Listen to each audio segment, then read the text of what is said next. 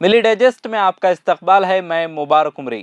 ناظرین، دو یورپین ایجنسیوں کی طرف سے 12 اکتوبر کو جاری کی گئی گلوبل ہنگر انڈیکس رپورٹ میں ہندوستان 125 ممالک کی فہرست میں 111ویں نمبر پر ہے۔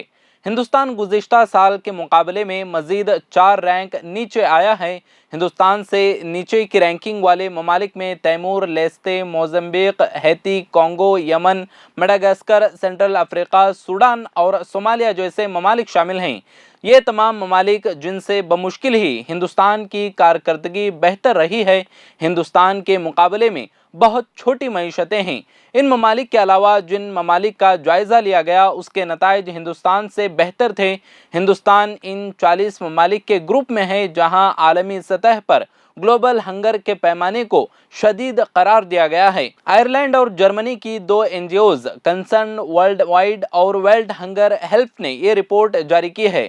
رپورٹ بتاتی ہے کہ موٹے طور پر کہیں تو ایک اعلیٰ GHI اسکور، خوراک کی کمی، ناقص خوراک، بچوں کی دیکھ بھال کے نامناسب طریقے، غیر صحت مند ماحول یا ان عوامل کا مجموعہ ہو سکتا ہے۔ رپورٹ کے مطابق دنیا بھر میں ہندوستان کی چائلڈ ویسٹنگ قد کے لحاظ سے کم وزن کی شرح سب سے زیادہ 18.7% ہے، جو شدید غذائی قلت کی نشاندہی کرتی ہے۔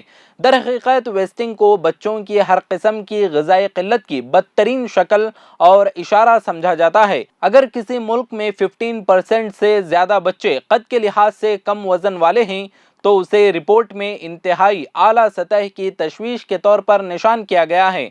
اس طرح ہندوستان واحد ملک ہے جہاں چائلڈ ویسٹنگ کو بہت زیادہ کے خانے میں رکھا گیا ہے۔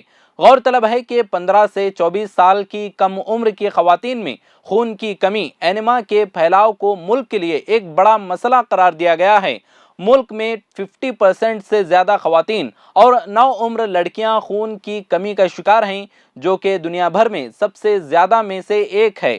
بہرحال گزشتہ مواقع کی طرح اس سال بھی حکومت ہند نے اس رپورٹ کو بھی مسترد کر دیا ہے۔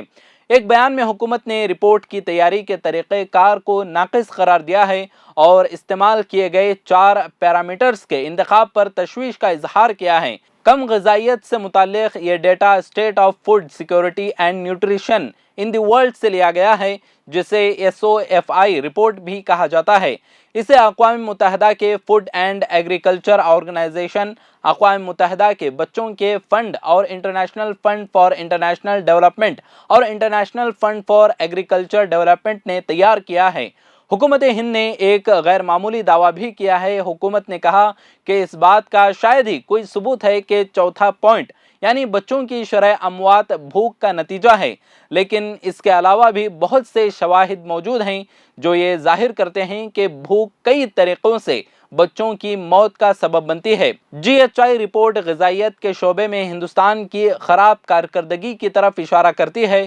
ماضی میں SOFI کی رپورٹوں میں مستقل ایسا دیکھا گیا ہے۔ SOFI 2023 کی رپورٹ میں کہا گیا ہے کہ 74.1% ہندوستانی آبادی اچھی غذا لینے سے قاصر ہے۔ رپورٹ میں یہ بھی کہا گیا ہے کہ ہندوستان میں 24 کروڑ لوگ غذائی قلت کا شکار ہیں۔ اس کے مطابق کم غذائیت کو ایک ایسے شخص کی حالت کے طور پر بیان کیا گیا ہے جس کی عادتاً خوراک کی کھپت اوسطاً ایک نارمل، فعال اور صحت مند زندگی کو برقرار رکھنے کے لیے ضروری غذائی توانائی فراہم کرنے کے لیے ناکافی ہو۔